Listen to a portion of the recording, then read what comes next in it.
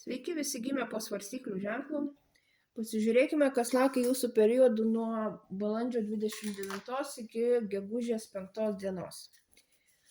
Savaitės perspektyvos, ko vengti ir patarimas jums.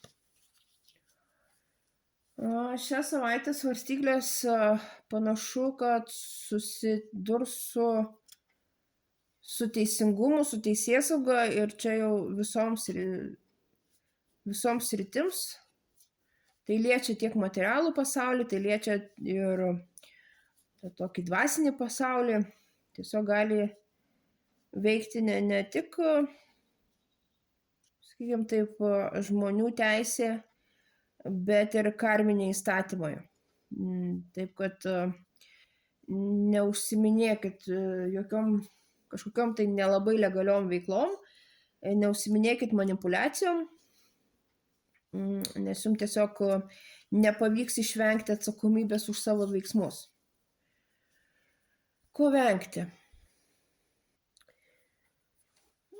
Kaip ir pirmą kartą jums liepia laikytis įstatymų tvarkos, taip ir šita antra kartą jums taip pat siūlo neužsiminėti jokiom manipuliacijom, neaiškiais dalykais, neapgaudinėti nei savęs, nei kitų.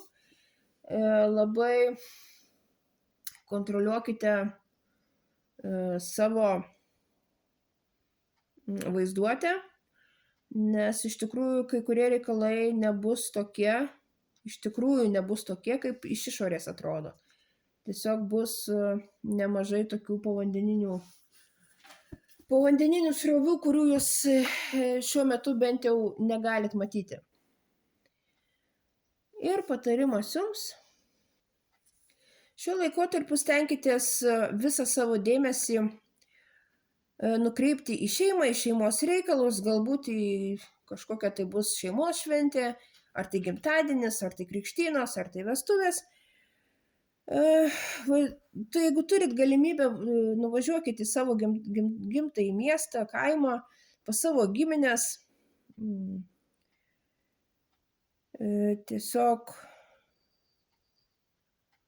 pasidžiaukit, pabendraukit ir gerai praleiskit laiką.